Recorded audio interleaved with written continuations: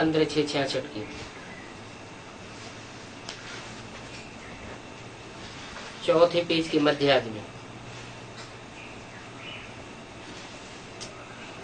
बात चल रही थी पावन मनुष्य जो होते हैं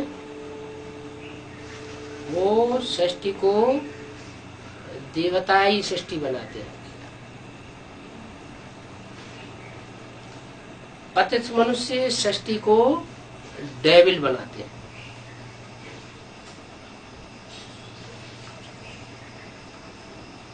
ये कहा जाता है पतित से पावन बनाने वाला एक ही बाप है,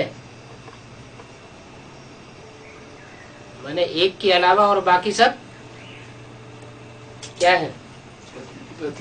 सृष्टि को डेविल बनाते हैं, पतित बनाने वाले हैं, डेविल बनाने वाले हैं, राक्षस बनाने वाले हैं। ये बात सुन करके जो आज के बड़े बड़े धर्मात्माएं हैं, प्रवचन दे रहे हैं, बड़ी बड़ी सभाओं में बड़ा मान मर्तबा है उनका, ऊंची ऊंची गद्दियों पे बैठते हैं, तो बहुत नाराज हो जाएंगे। इस बात को एक्सेप्ट करेंगे? नहीं करेंगे, है नहीं करेंगे कि एक के अलावा बाकी सारी दुनिया ने सृष्टि को नीचे गिराया है और एक ने ऊपर उठाया है।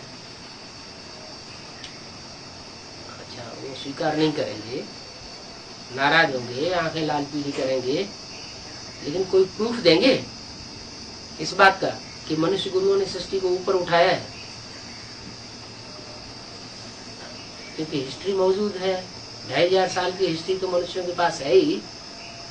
2500 साल की हिस्ट्री ये बता रही है कि पहले मनुष्य जितने श्रेष्ठ थे, श्रेष्ठ आचरण वाले थे, उतने अब श्रेष्ठ आचरण वाले नहीं है। पहले जितना चरित्र अच्छा था मनुष्य का, उतना चरित्र अब अच्छा इस दुनिया में नहीं रहा। जैसे जैसे दुनिया की जनसंख्या बढ़ती जाती है, वैसे दुख अशांति बढ़ती चली जा रही है। क्यों बढ़ती चली जा रही है? क्योंकि इम्प्योरिटी बढ़ती जा रही है। जो पवित्रता है, जो अव्यभिचारी वृत्ति है, वो नष्ट होती जा रही है और व्यभिचार बढ़ता जा रहा है। इसलिए नाम दिया है बाबा ने वैश्यालय और शिवालय। शिव बाबा आकर के शिवालय बनाते हैं सृष्टि को। शिवालय में क्या होता है? शिव के मंदिर होते हैं ना, उसमें बीच में शिवलिंग रखा होता है और आजू बाजू चारों तरफ देवताएं रखे होते हैं। इससे क्या साबित हुआ? वो शिवालय में कौन श्रेष्ठ है? एक शिव श्रेष्ठ है और बाकी सब उसके उपासक है, उसको याद करने वाले हैं। उन देवताओं के बीच में एक शंकर की भी मूर्ति एक रखी हुई होती है, महादेव की। माना एक की पूजा करते हैं सब। तो जहाँ एक की पूजा होती है, एक की चिरौरी होती है, एक की मान्यता होती है, एक की महिमा होती है, एक का मनन चिंतन मंथन होता है, वो है शिवालय। और वैश्यालय में क्या होता है? वैश्या क्या करती है? जो आएगा उसकी चिरौरी करनी पड़े, उसकी महिमा करनी पड़े, नहीं तो उसे पैसे नहीं मिलेंगे। तो उसे कहा जाता है वैश्यालय।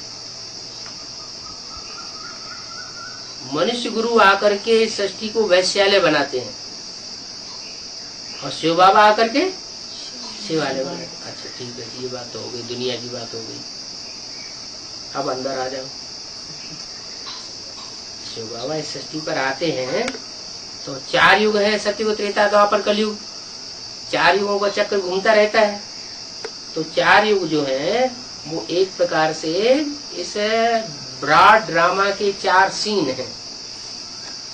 4 सीन हैं और उनका डायरेक्टर भी है जो पर्दे के पीछे रहता है, आंखों से दिखाई नहीं पड़ता। वो कौन है? शिव बाबा। उसके डायरेक्शन पर सब एक्टर्स एक्ट करते हैं, नाचते हैं, बोलते हैं।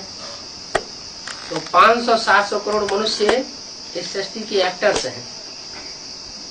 क्या वैसे भी दुनिया में कहते हैं, भक्ति मार्ग में कहते हैं, हम तो सब उसकी कठपुतलियां हैं। किसकी? ऊपर वाले की। जैसे वो नचाता है वैसे नाचते हैं, लेकिन ये बात है कहाँ की? इस समय की ये बात है जब कलयुग का अंत होना होता है, सतयुग का आदि होना होता है, दोनों युगों के बीच के युग को संगम युग कहते हैं। ये पुरुषोत्तम संगम युग 4 युगों के बाद आता है, जिसकी यादगार में हर चौथी वर्ष क्या मनाते हैं? लीप ईयर, पुरुषोत्तम मास मनाते हैं, हर चौथी वर्ष मनाते हैं। अंग्रेजों में भी मनाते हैं। क्या अंग्रेजों में भी जो फरवरी महीना है उसमें 28 की फरवरी होती है मोस्टली, लेकिन 29 की भी होती है। तो वो यादगार है इस बात की कि हर 4 युगों के बाद परमात्मा इस सृष्टि पर कल्प का अंत करने के लिए आता है। शिवलिंग स्टेज की यादगार नहीं है। शिवलिंग से निराकारी स्टेज नहीं साबित होती। हाँ, शंकर का जो चित्र है वो एकदम निराकारी स्टेज में दिखाया जाता है। इससे साबित होता है और धर्म पिताएं जितने निराकारी नहीं है, उससे कहीं ज्यादा ऊंची से ऊंची स्टेज जो है निराकारी पने की, वो शंकर की दिखाई गई। तो शिव और शंकर को मिला दिया गया है। लोग समझते हैं कि शिव शंकर एक ही है, लेकिन शिव अलग नाम है, शंकर अलग नाम है। शिव का अर्थ है कल्याणकारी, शंकर का अर्थ है शमनकारी, संहारकारी। तो नाम भी अलग है, उसका अर्थ भी अलग है, और दोनों के काम भी अलग है। क्या? क्योंकि नाम पड़ता है काहे के आधार पर? काम के आधार। जितने भी शास्त्रों में नाम है वो सब उनके काम के आधार पर पड़े हुए हैं। देवताओं का जैसा काम वैसा उनका नाम। तो शिव ने जो भी कर्म किया है, जो भी वाचा बोली है, जो भी सृष्टि पर आकर के संकल्प चलाया है या वाइब्रेशन फैलाया है, वो हर संकल्प, हर वाचा, हर कर्मेंद्रिय से किया हुआ उसका कर्म कल्याणकारी साबित होता है। कोई भी कर्म में अकल्याण नहीं होता है, इसलिए उसका नाम शिव पड़ा। और शंकर जो है देवदेव महादेव कहा जाता है। क्या कारण है? 33 करोड़ देवताओं में उनको महादेव क्यों कहा? और खास जो त्रिदेव हैं, मुख्य 3 देवता हैं, ब्रह्मा विष्णु शंकर, उनमें उनका ऊंचा स्थान क्यों दिखाया गया? इसलिए दिखाया गया कि वो कार्य उसके द्वारा शिव कराते हैं जो कार्य दुनिया में कोई धर्म पिता नहीं कर सका। कौन सा कार्य? दूसरे धर्म पिताएं आते हैं, वो अपनी स्थापना तो कर देते हैं, अपने धर्म की धारणाओं की स्थापना तो कर देते हैं, अपने अपने नियम कानून तो स्थापन कर देते हैं, लेकिन वो पुरानेपन से जो चली आई परंपराएं हैं, पुराने जो धर्म हैं, वो उनके तामसी पने को नाश नहीं कर पाते। सनातन धर्म था, इब्राहिम आए, उन्होंने इस्लाम धर्म चालू कर दिया।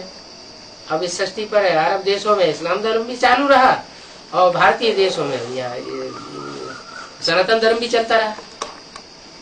तो पुराना धर्म भी चल रहा है और नया उन्होंने और ऐड कर दिया। इसी तरह महात्मा बुद्ध आए, उन्होंने बौद्ध धर्म चालू कर दिया। वो चीन, जापान, मलाया, ये पूर्वी देशों में फैला, तो उन्होंने भी एक नई धारणा शुरू कर दी धर्म की। पुराने जो 2 धर्म चल रहे थे, इस्लाम धर्म और सनातन धर्म, उसके पुरानेपन की जो पुरानी मान्यताएं थी उनको नष्ट नहीं कर सके। ऐसे ही हर एक धर्म पिता अपना अपना धर्म स्थापन करता गया।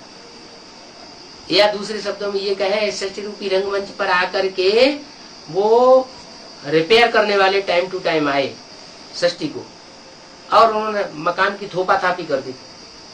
नया मकान कोई नहीं बना पाए, इसलिए सृष्टि फिर भी नीचे ही गिरती चली जाती है।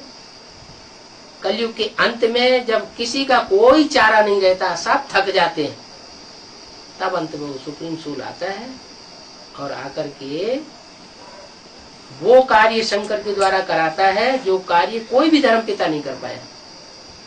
सारी पुरानी मान्यताओं को, पुरानी रूढ़ियों को, पुरानी अंधश्रद्धाओं को, अंधविश्वासों को खंडन कर देता है। शंकराचार्य ने भी खंडन किया था। शंकराचार्य भी तो संन्यास धर्म के धर्म पिता हुए, आज से 1500 साल पहले। उन्होंने भी खंडन तो किया, लेकिन जो असली खंडन था वो नहीं कर सके। क्यों? क्योंकि उन्होंने धर्म की जो मूल धारणा थी वो ही उल्टी कर दी। कौन सी मूल धारणा? परमात्मा आता है इस सृष्टि पर एक व्यापी होकर, और उन्होंने क्या दुनिया में फैला दिया? एको ब्रह्म द्वितीयो नास्ति। सारी दुनिया में एक ही ब्रह्म ब्रह्म है। हम भी ब्रह्म, तुम भी ब्रह्म, ये भी ब्रह्म, वो भी ब्रह्म। आत्मा सो परमात्मा, वो परमात्मा सर्वव्यापी है। एकदम उल्टी धारणा फैलाने से उन्होंने उस समय तो खंडन कर दिया। मुसलमानों का भी खंडन किया, क्रिश्चियंस का भी खंडन किया, और जितने मतांतर थे सबका खंडन कर दिया, संन्यास धर्म फैला दिया। लेकिन उसके अंदर जो असली चीज थी वो भूल गए। हालांकि भले गीता में लिखा हुआ है प्रवेष्टुम, मैं प्रवेश करने योग्य हूं, रूपक भी दिया हुआ है।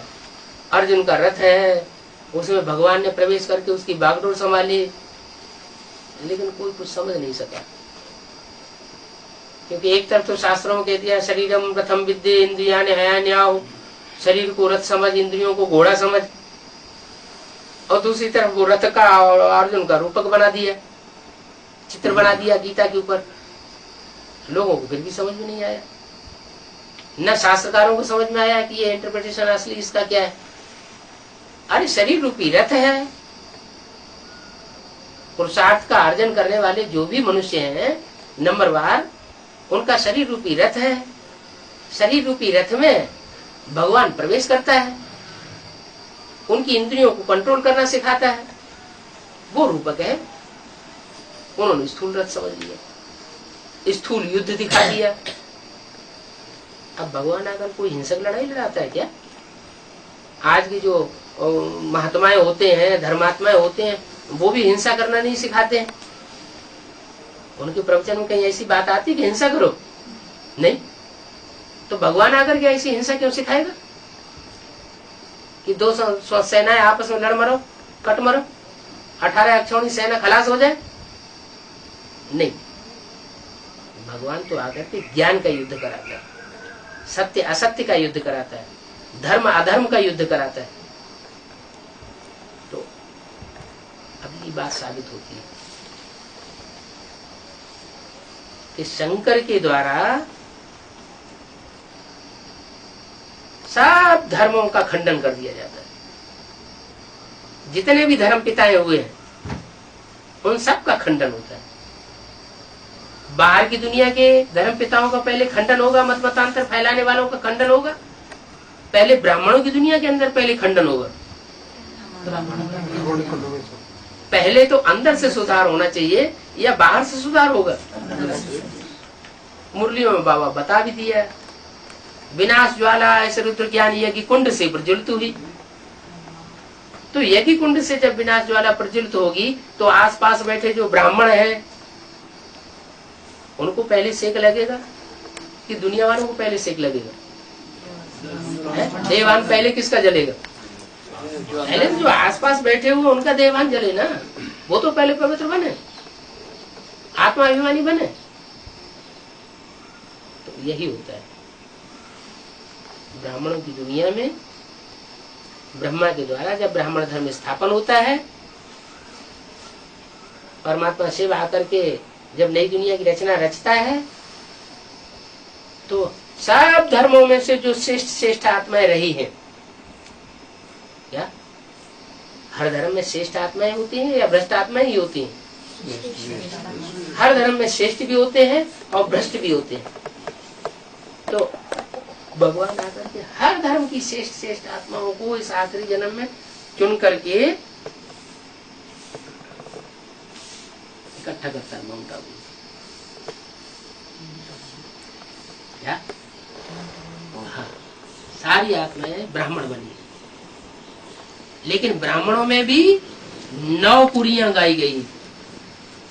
क्या कहते हैं? 9 ऋषियों से 9 गोत्र ब्राह्मणों के बने। यहाँ भी दुनिया में मुख्य मुख्य धर्म कितने फैले हुए हैं? 9 धर्म फैले हुए हैं। देवता धर्म, इस्लाम, बौद्धी, क्रिश्चियन, संन्यास, मुस्लिम, सिख आर्य समाज, सिख और आर्य समाज और नास्तिक।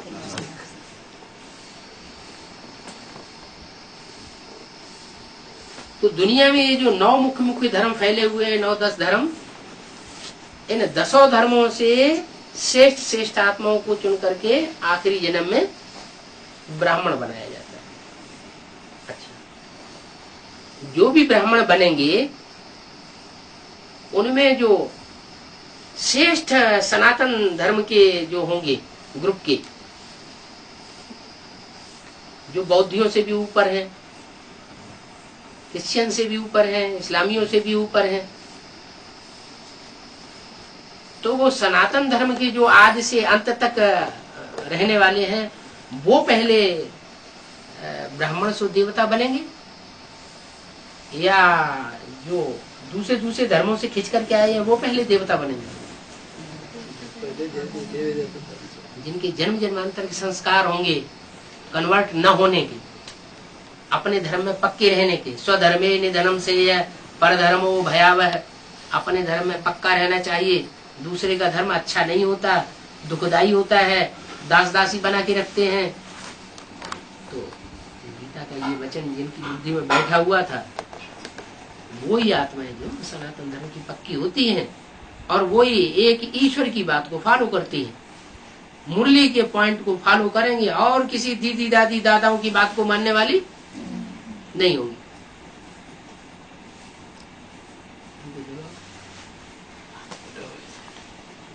और किसी धर्म की बातों को नहीं मानेंगी। अगर मानती है, दूसरों की बातों को मानती है और बाबा की मुरली को लात मारती है, ध्यान नहीं देती है, तो इसका मतलब वो दूसरे धर्म में द्वापर युग से कन्वर्ट हो जाएगी। अभी भी कन्वर्ट हो रही है। कैसे कन्वर्ट हो रही है? उस धर्म में जो जो कन्वर्ट होकर के जाने वाले होंगे, आधार मूर्ति बीज रूप, उन्हीं की बात मानेंगे। जो मुरली में बात शिव बाबा ने बोली है ब्रह्मा के मुख के द्वारा, उस पर ध्यान नहीं देंगे। अभी भी देखो ऐसे ही हो रहा है। क्या हो रहा है? ब्रह्मा बाबा के द्वारा साक्षात्कारों से 4 चित्र तैयार किए कराए गए थे। कौन कौन से 4 चित्र? त्रिमूर्ति, झाड़, लक्ष्मी नारायण और सीढ़ी का चित्र। और मुरली में बोला इन 4 चित्रों में सारी दुनिया का ज्ञान, सारा ज्ञान समाया हुआ है। ब्रह्मा कुमारी आश्रम में आज चित्र कहाँ गए? कहाँ चले गए? अंदर रख दिया, कहीं बाहर भेज दिया, खत्म कर दिए, उनके ब्लॉक ही तोड़ दिए। कब से?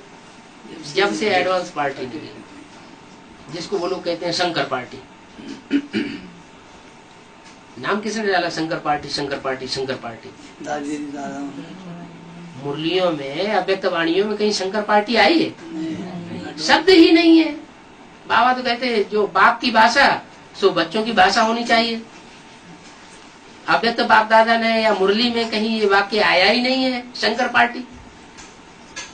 अरे वो तो शिव बाबा के पहलौटी के बच्चे हैं, ब्रह्मा विष्णु शंकर। उनमें पार्टीबाजी कहाँ से आ जाएगी? उन्हीं में पार्टीबाजी आ जाएगी तो नई सृष्टि कैसे स्थापन होगी?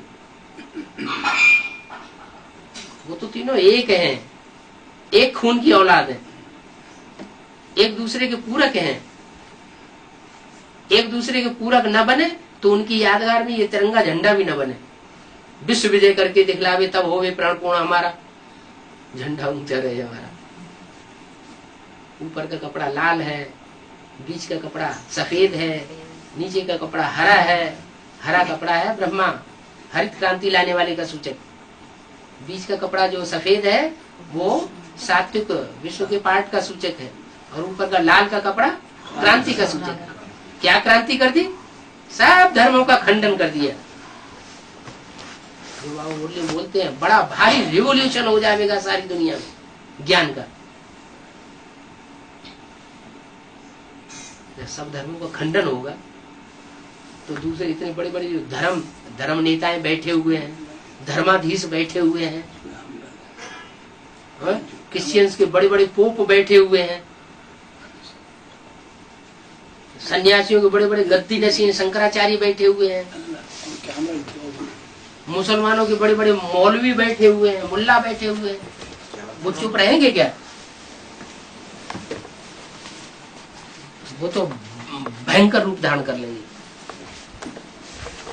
लेकिन वो सब कुछ होते हुए भी त्रिमूर्ति में ब्रह्मा की मूर्ति बड़े आराम से बैठी हुई दिखाई देती। और जितना ही वो आरामी से बैठे हुए चैन की बंसी बजा रहे हैं, उतना ही शंकर को कैसे दिखाया गया? एकदम स्थिर। चाहे दुनिया में कुछ भी होता रहे, खून खराबा होता रहे, कुछ भी करते रहे, लेकिन वो हिलने वाला नहीं। उसकी यादगार मूर्ति में क्या बताई?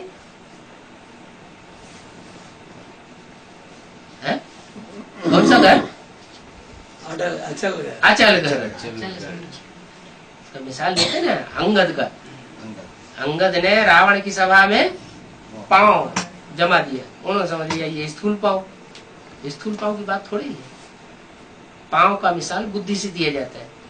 जैसे पांव से चल करके कहीं पहुंचा जाता है, ऐसे ही कहते हैं तुम्हारी बुद्धि हमारे गुरु जी तक नहीं पहुंचेगी, तुम्हारा पांव, तुम्हारा बुद्धि रूपी पांव हमारे गुरु जी तक नहीं पहुंचेगा। माना जैसे बुद्धि पांव हो गई, पांव से जैसे चलकर कहीं पहुंचा जाता है, ऐसे बुद्धि से भी, बुद्धि की भी चाल होती है। तुम्हारी बुद्धि में वो बात नहीं है जो हमारे गुरु जी की बुद्धि में है। बुद्धि भी एक तरह का पांव है। तो ये पांव का मिसाल है, हाथ का मिसाल है। ये सब कवियों की कविता है, रचना है, प्रतीकात्मक है, लाक्षणिक है।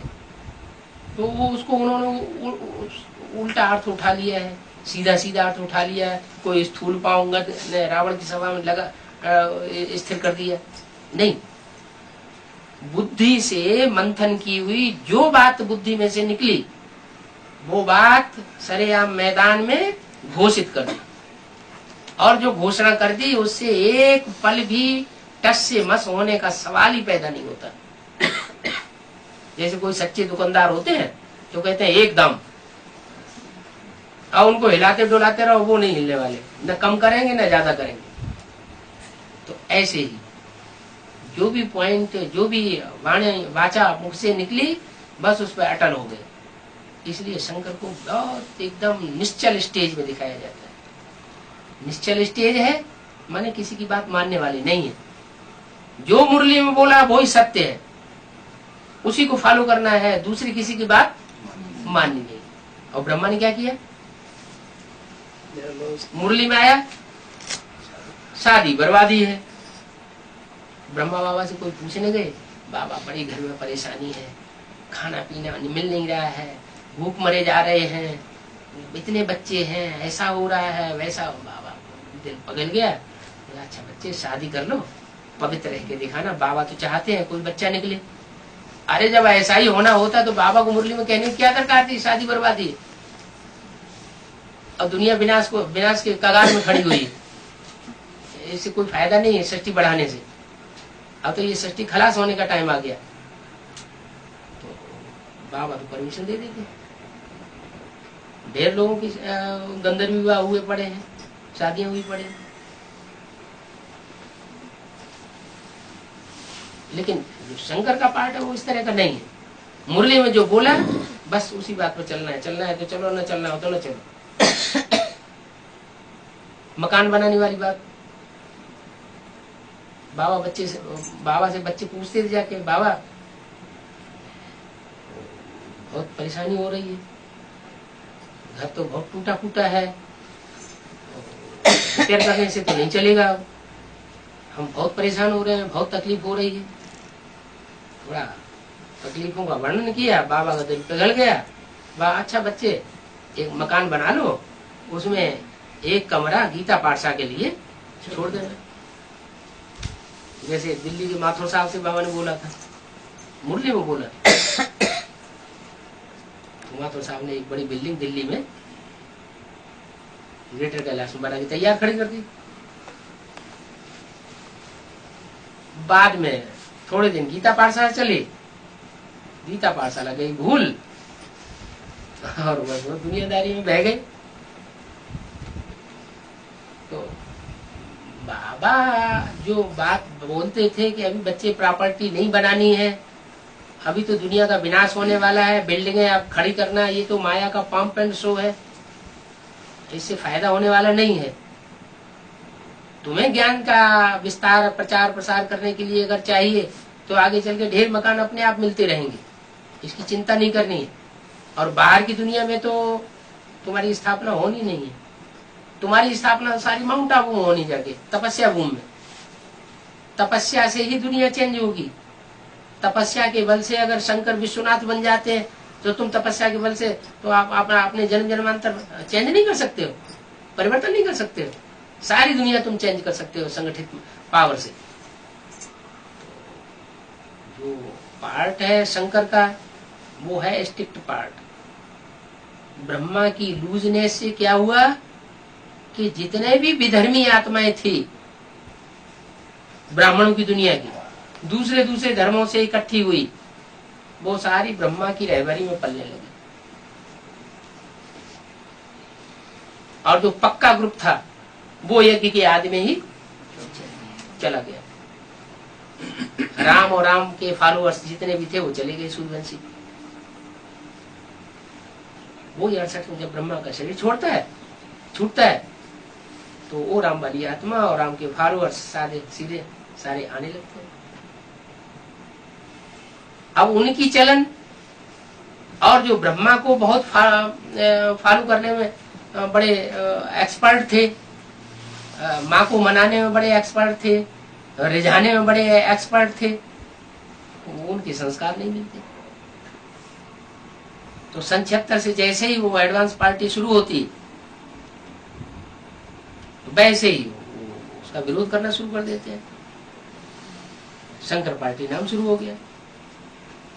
अरे ब्रह्मा पार्टी और शंकर पार्टी का तो सवाल ही नहीं।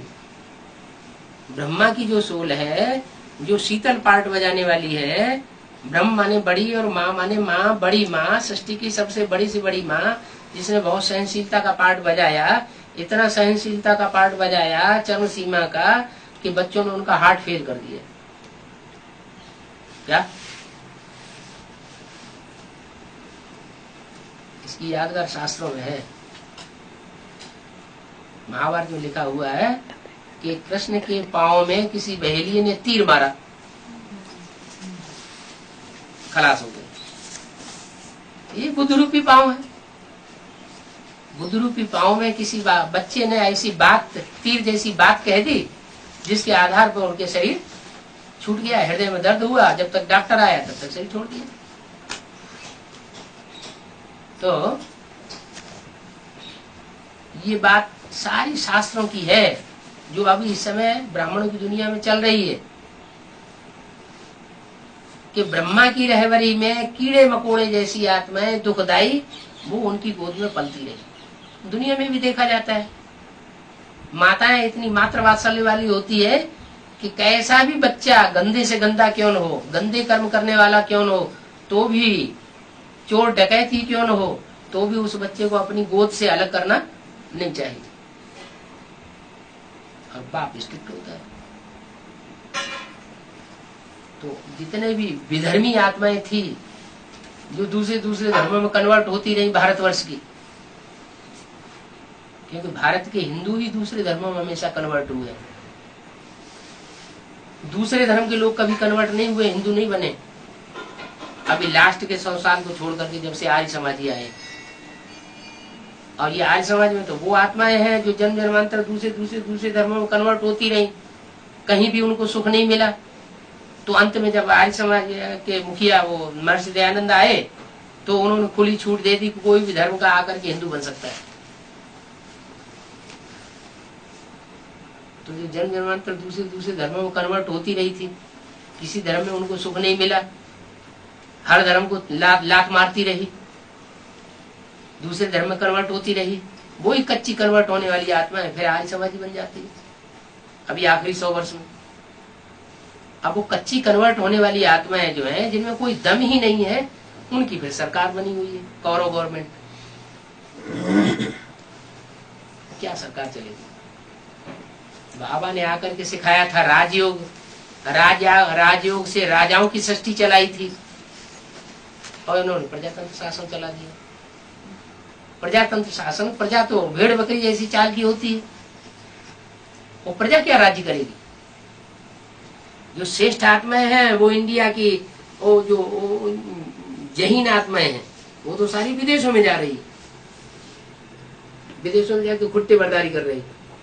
भारत की तो उनके द्वारा सेवा ही नहीं हो पा रही। यहाँ की चाल ऐसी है, यहाँ की सरकार की, यहाँ टिक ही नहीं सकती, उनको उतना क्या नाम महत्व नहीं दिया जाता है। तो ये आर्य समाजी जो है, आखिरी धर्म वाले, एक सबसे नीचे गिरी हुई हस्ती है। इनसे ऊपर ऊपर के धर्म, जैसे गुरु नानक का सिख धर्म, मुस्लिम धर्म, ये फिर भी ताकतवर धर्म पिताएं थे।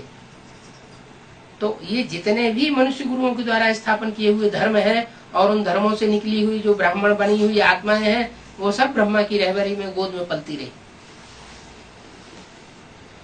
बाबा मुरली में कहते रहे ब्रह्मा के चित्र को नहीं रखना है, ब्रह्मा का चित्र रखेंगे तो पतित हो पड़ेंगे, ब्रह्मा को याद नहीं करना है। दुनिया में भी भक्ति मार्ग में कोई ब्रह्मा को याद करता है क्या? ब्रह्मा के चित्र बनते हैं क्या? मूर्तियां बनती हैं क्या? नहीं। क्यों नहीं बनती? क्योंकि ब्रह्मा जो है वो दाढ़ी मूछ वाला दिखाया जाता है। दाढ़ी मूछ है विकारी मनुष्यों को होती है, देवताओं को नहीं होती। उनके द्वारा जो पार्ट बजाया गया वो देह अभिमान विकारी स्थिति का बजाया गया, जब तक वो जीवित रहे। जब उन्होंने शरीर छोड़ दिया तो स्थूल शरीर का बंधन उनका खलास हो गया, लेकिन सूक्ष्म शरीर का बंधन बन गया। वो सूक्ष्म शरीरधारी आत्मा अभी भी गुलजारदारी में प्रवेश करके पार्ट बजा रही है। लेकिन सूक्ष्म शरीर से जब वो परे हो जाती है, बीज रूप स्टेज में आती है, तो वो शंकर में चंद्रमा के रूप में पार्ट हो जाती है, अधूरा चंद्रमा। चंद्रमा की रोशनी में कीड़े मकोड़े पलते हैं ना, सूर्य की रोशनी में क्या होते हैं? और तिल मिलाते हैं और खत्म हो जाते हैं। वो कीड़े को नाली में से उठाओ और साफ सुथरे जहाँ धूप निकली हुई वहां उस स्थान पर रख दो, खत्म हो जाएगा।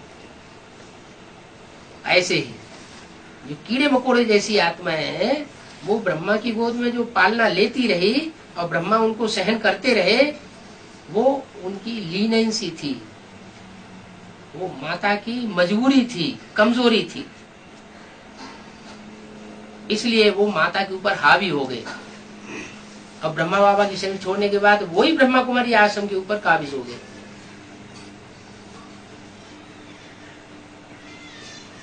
राणा राज्य शुरू हो गया। इसलिए उनकी किताब का नाम दिया जाता है कुरान। क्या? कुरान। कु माने गंदी, राण माने राण, माना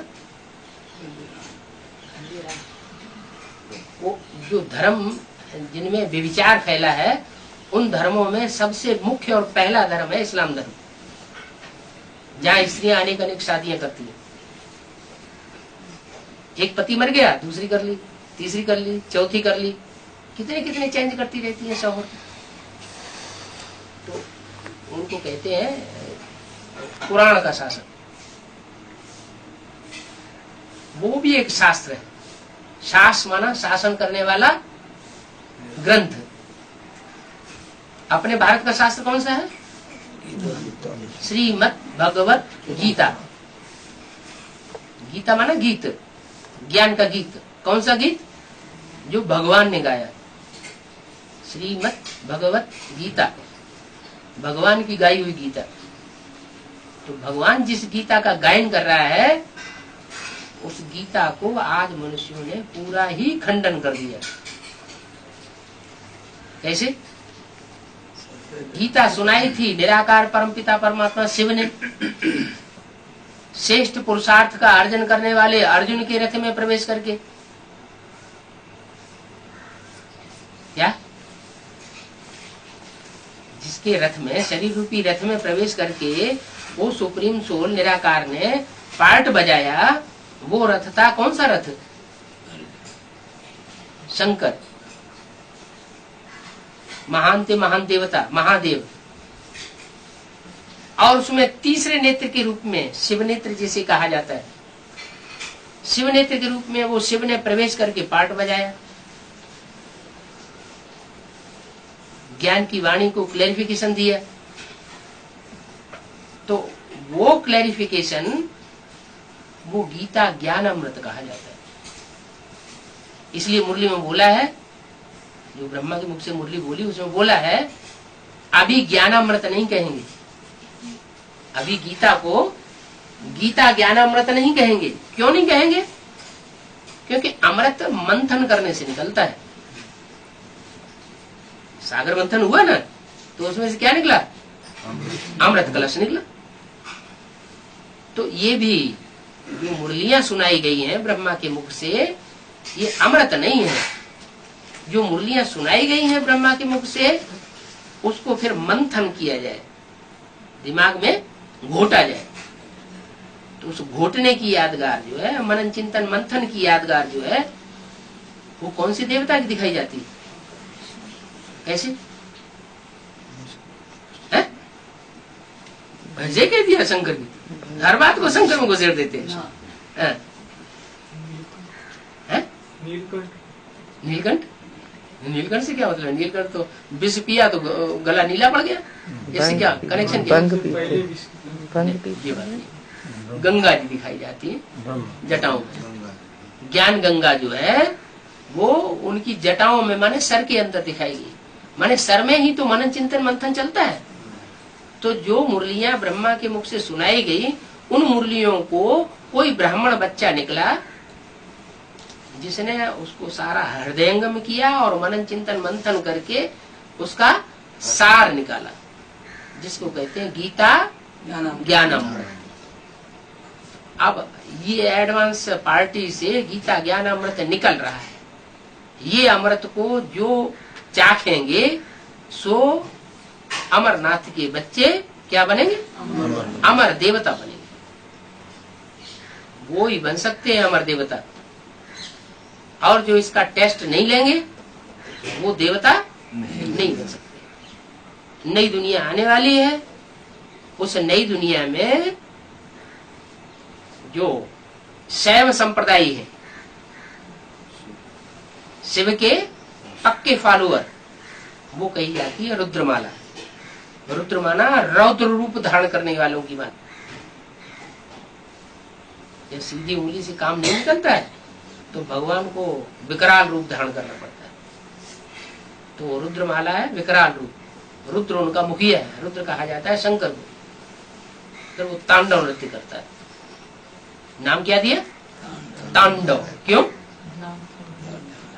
ताड़ना, ताड़ना करना माने पिटाई करना। कोई लात घूंसे से पिटाई करने की बात नहीं है, न कोई लोहे के बाण चलाए हैं राम ने। कैसे पिटाई करना? जो ब्राह्मणों की दुनिया में जो आसुरी ब्राह्मण है, रावण कुंभकर्ण मेघनाथ जैसे, उन ब्राह्मणों की ज्ञान बाणों से पिटाई है। ज्ञान के डंडे हैं।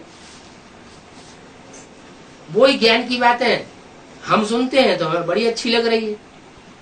वो ही ज्ञान की बातें जब वो आसुरी ब्राह्मणों के पास पहुंच रही है तो तिल मिलाते हैं, अंदर ही अंदर दुखी होते हैं, परेशान होते हैं। देवान उनका जलता है। जलता है माना रावण जलता है। रावण को कितने मुख दिखाए जाते हैं? 10 मुख क्यों दिखाए जाते हैं? एक मुख क्यों नहीं? राम को एक मुख क्यों और रावण को 10 मुख क्यों? क्योंकि उनके 10 मतें हैं। क्या? एक मुरली का एक कोई एक अर्थ निकालेगा, दूसरा कोई दूसरा अर्थ निकालेगा। एक साक्षात्कार का एक ब्राह्मण एक अर्थ निकालेगा, दूसरा कोई दूसरा अर्थ निकालेगा। गुलजार दादी को साक्षात्कार हुआ, कि मम्मा बाबा की आत्मा ने नेपाल में जन्म लिया। उन्होंने सीधा सीधा अर्थ निकाल लिया कि मम्मा बाबा ने नेपाल में जाके जन्म ले लिया और फटाफट नेपाल में उन्होंने सेवा केंद्र काठमांडू में बोल दिया। पैसे तो बहुत है। आज तक भी पता नहीं चल रहा है कि वो मम्मा बाबा कहाँ जन्म ले गए। अब स्थूल जन्म की बात हो तो बात बने, स्थूल जन्म की तो बात ही नहीं है। ये तो एडवांस पार्टी की बात है जो नई दुनिया की पालना करने वाली है, नए संगठन की पालना करने वाली है।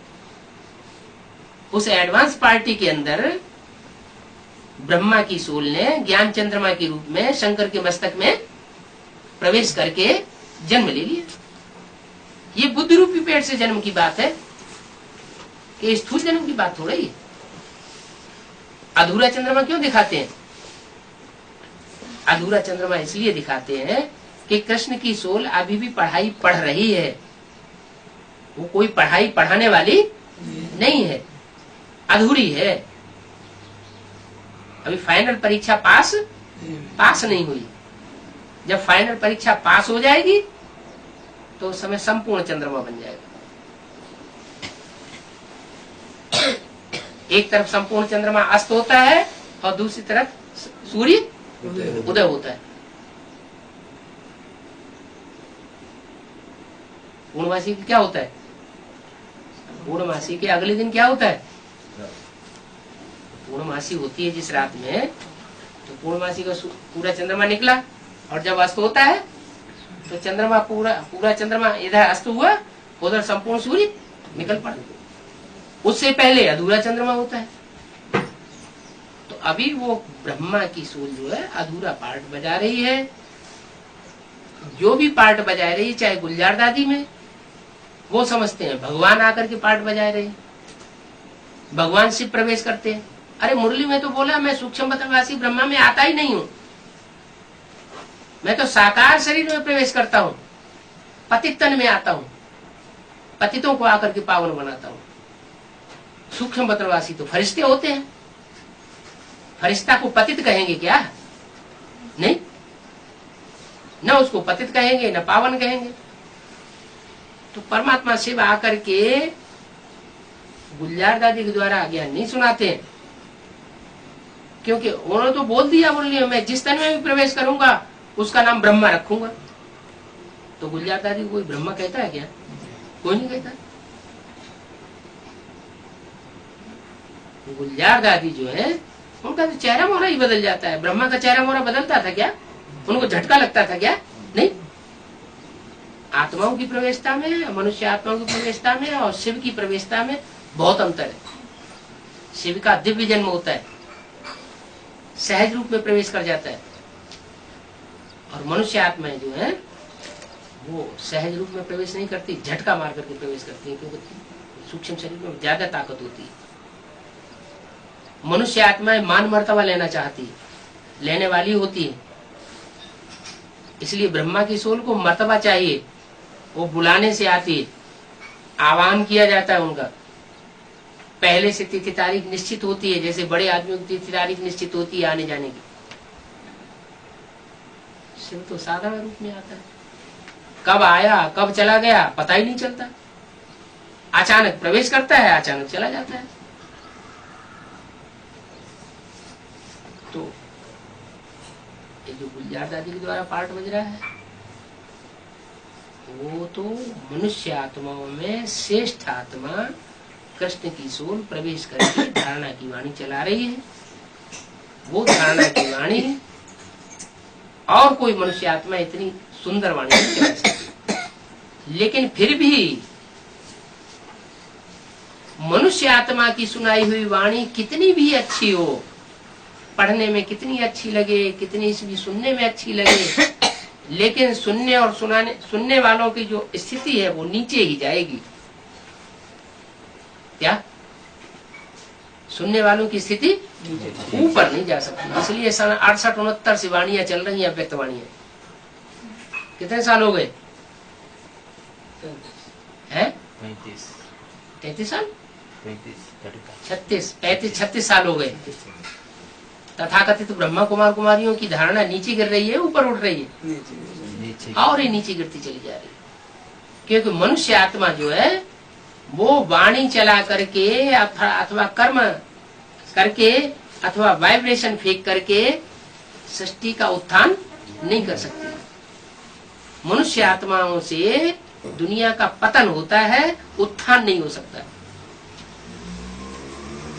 शिव बाबा जब प्रवेश करता है तो उसकी वाणी से उत्थान होता है। वाणी तेरी में जादू, मुरली तेरी में जादू।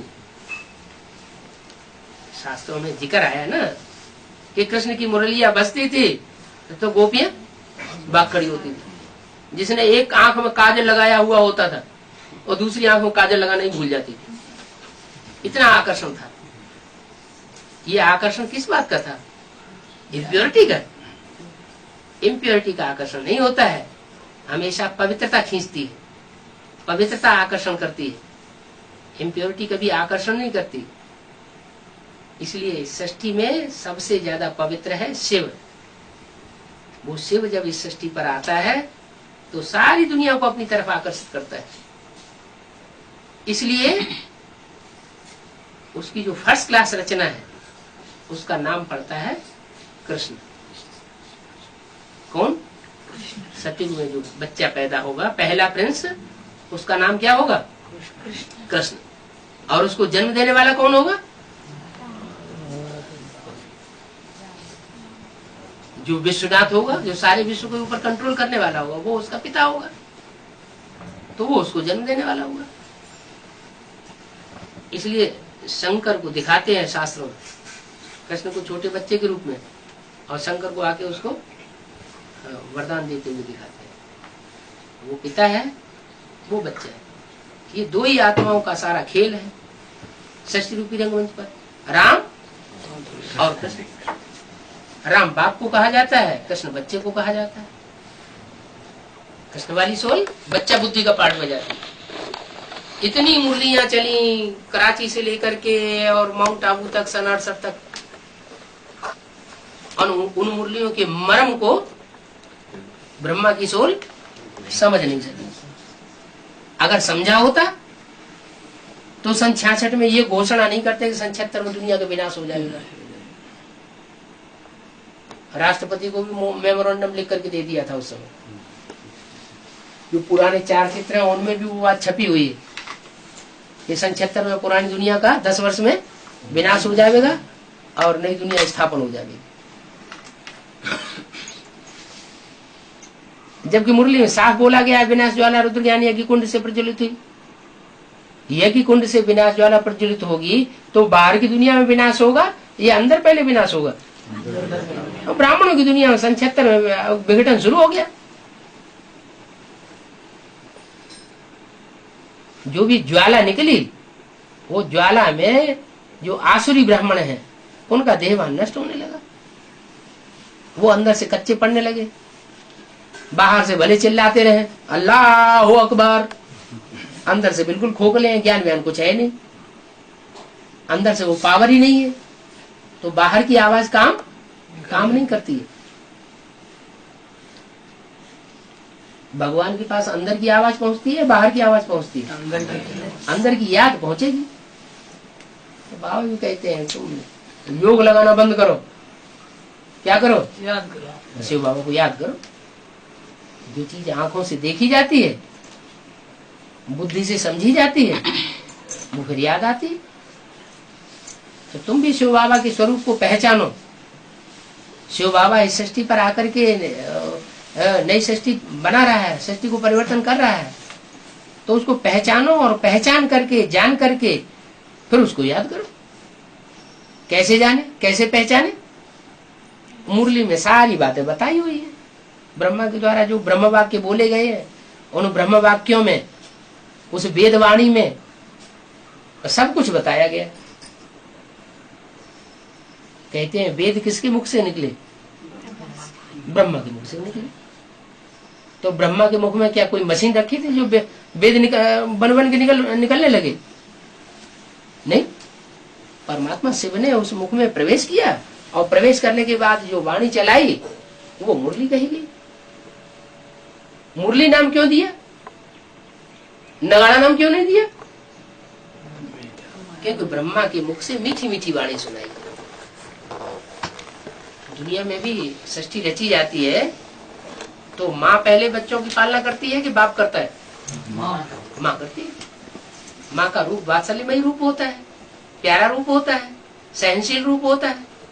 तो परमात्मा शिव भी जब स्टेज षष्ठी पर आते हैं तो कृष्ण की सोल के द्वारा अंतिम जन्म में जो दादा लेखराज का चोला बनता है, उस चोले के द्वारा ज्ञान की वाणी चलाई। उसका नाम रखा गया मुरली। शास्त्रों में समझ लिया है विद्वान आचार्यों ने, कोई बांस की मुरली बजाई होगी। बांस की मुरली की बात नहीं है, वो मीठी तान की बात है जो सुनने में बड़ी अच्छी लगती है। मीठी तान, मिठास भरी वाणी, लेकिन उसके गुहे अर्थ को उस समय सुनने वाले नहीं पहचान सके, क्योंकि ब्रह्मा ही नहीं पहचान सके जिनके मुख से बोली जा रही थी। तो वो वाणी जो टेक्स्ट बुक आई, जो गीता आई, जो कविता आई, वो कविता को फिर क्लैरिफिकेशन देने के लिए भगवान को, शिव को टीचर का रूप धारण करना पड़ता है।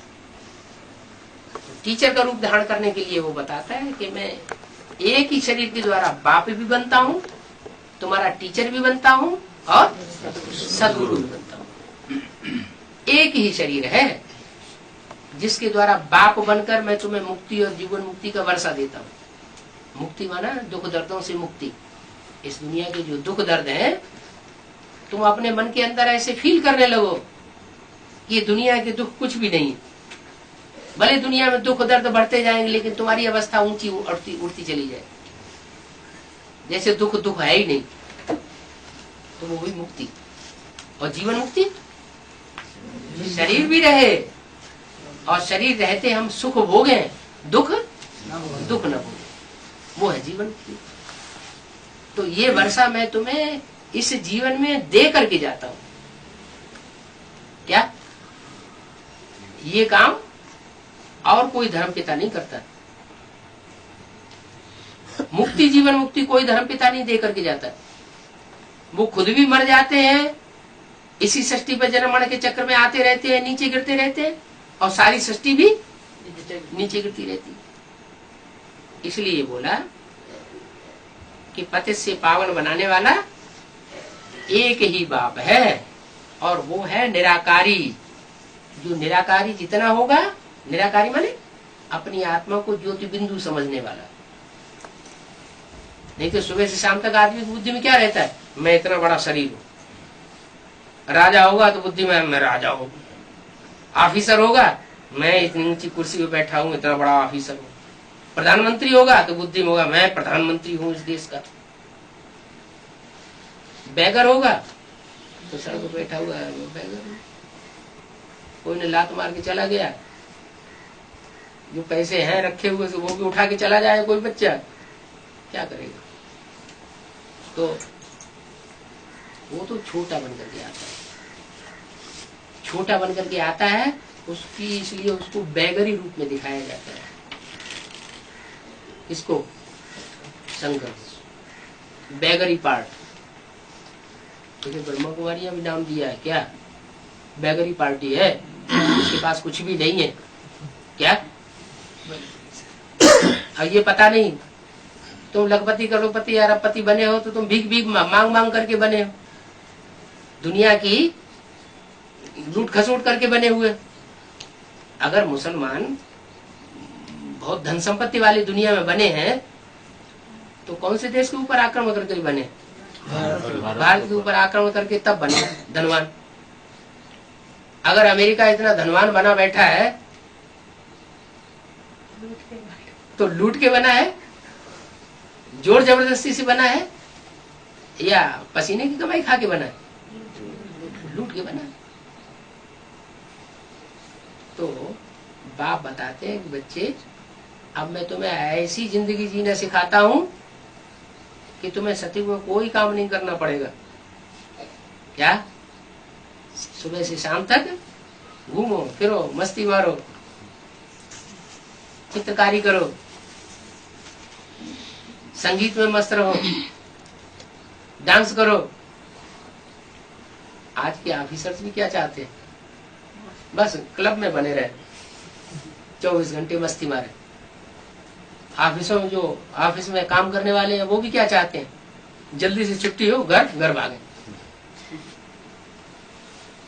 आज की दुनिया में किसी का काम में मन नहीं लग रहा है। काम एक तरह के बोझ हो गया है। बच्चों के लिए पढ़ाई एक तरह का बोझ हो गई है। परीक्षाएं आती हैं तो मुंह सूख जाता है। बाप कहते हैं इन सब दुनिया के झंझट से छुटकारा दिलाने। न वहाँ हॉस्पिटल रहेंगे, न डॉक्टर रहेंगे, न दवाइयां रहेंगी। प्रकृति ही इतनी सतो प्रधान बन जाएगी तुम्हारे शरीर के 5 तत्व इतने सात्विक बन जाएंगे तो कोई बीमारी आएगी नहीं। लेकिन कब होगा ये? जब आत्मा रूपी बीज कॉन्सेंट्रेटेड होगा। अभी जो मन बुद्धि रूपी आत्मा है ना, सुबह से लेकर शाम तक चारों तरफ घूमती रहती है। सुबह से लेकर शाम तक मन बुद्धि कितनी चक्कर काटती है दुनिया में। रात में सोते हैं तो भी स्वप्न में मन कितने चक्कर काटता है। न दिन में चैन, न रात में चैन। मन की शक्ति क्षीण हो रही है या इकट्ठी हो रही है? क्षीण हो रही है। और किसके पीछे पड़ा हुआ है आदमी? तन के पीछे पड़ा हुआ है, धन के पीछे पड़ा हुआ है। राजनेता है और धर्म नेता है, जन के पीछे पड़े हुए हैं। बड़े बड़े मजमे इकट्ठे करते रहते हैं। तो जनबल बढ़ाने में मनुष्य की बुद्धि लगी है, तन बल बढ़ाने में लगी हुई है और धन बल बढ़ाने में लगी हुई है। जो असली शक्ति है मनुष्य की, जिससे वो मनुष्य बनता है। मनुष्य नाम क्यों पड़ा? मनु की औलाद मनुष्य बना। जो मन का उपयोग करता है उसे कहा जाता है मनुष्य। अगर मन बुद्धि का उपयोग न करे तो वो जानवर से भी बदता है। मन बुद्धि का उपयोग कैसे नहीं करते? आज के वैज्ञानिक इतनी उन्होंने आविष्कार की है, तो क्या वो मन चिंतन मंथन नहीं करते? अरे करते तो हैं, लेकिन तामसी बुद्धि से कर रहे हैं या सात्विक बुद्धि से कर रहे हैं? जो भी आज की दुनिया के बड़े बड़े आविष्कार हैं वो पैसे वालों के काम आ रहे हैं ज्यादा या जन सामान्य के ज्यादा काम आ रहे हैं? फिर फायदा हो रहा है दुनिया का या नुकसान हो रहा है? दुनिया में विषमता बढ़ रही है, समानता आ रही है या घट रही है? घट रही है विषमता। विषमता माना कोई बहुत पैसे वाला है, कोई एकदम गरीब है, उसको कहते हैं विषमता। बैलेंस बिगड़ रहा है समाज का। जो सतयुग में जो समाज होगा बैलेंस बढ़िया होगा, सब सुखी होंगे, सबको स्वस्थ शरीर मिले हुए होंगे, तन भी स्वस्थ, मन भी स्वस्थ, धन भी स्वस्थ, कोई गरीब नहीं होगा। लेकिन जनसंख्या थोड़ी होगी।